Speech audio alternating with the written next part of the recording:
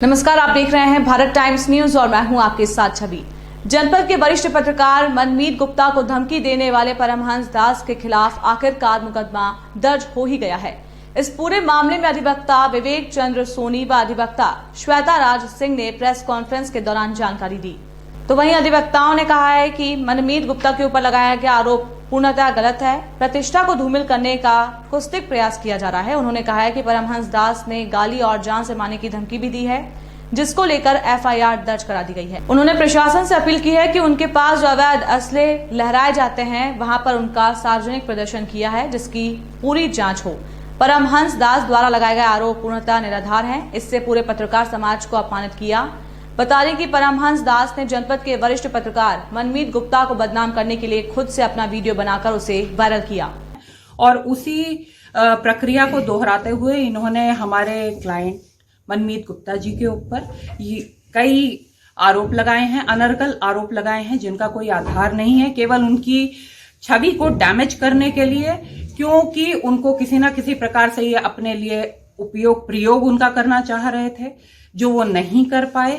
और उसके बाद अंततः अपना काम हल ना होता हुआ देख करके उनके ऊपर आरोप लगाए और उनका नाम खराब किया, जिसके तहत हमने उनके खिलाफ आपराधिक मुकदमा भी दर्ज कराया है। मुकदमा संख्या 98/22, जो कि नगर कोतवाली में पंजीकृत किया जा चुका है।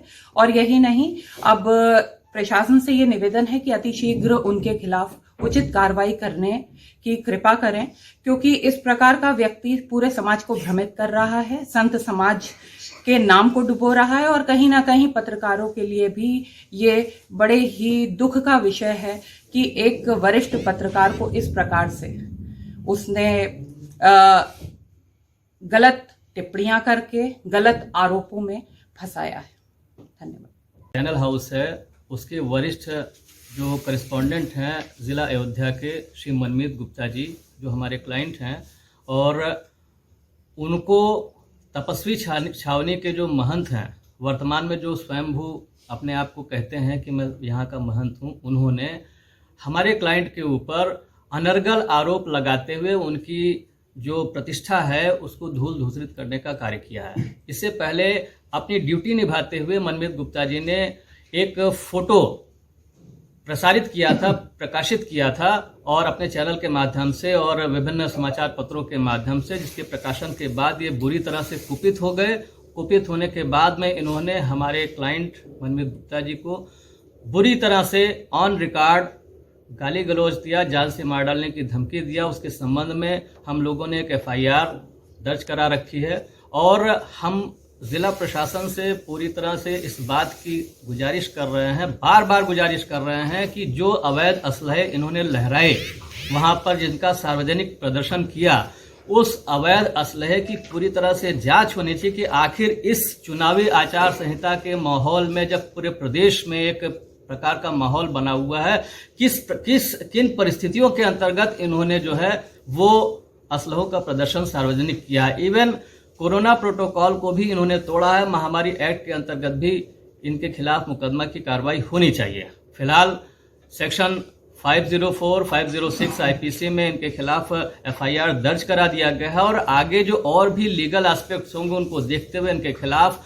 डिफेमेशन का सूट निश्चित रूप से लाने का प्रयास किया जाएगा और लाया जाएगा। इसके अलावा एक बात और है कि जो एक वरिष्ठ पत्रकार की इज्जत करना नहीं जानता, वो निश्चित रूप से एक सभी पत्रकार, पूरी पत्रकार बिरादरी के लिए एक अपमानित करने का प्रयास इन्होंने। उनके हम अनुयायी होते हैं, उन्हीं के दिखाए मार्गों पर हम चलते हैं।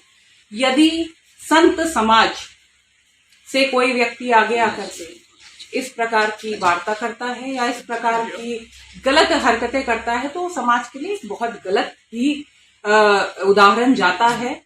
और इन सब उदाहरणों के आगे जो संत समाज है उस पे भी कीचड़ उछलता है।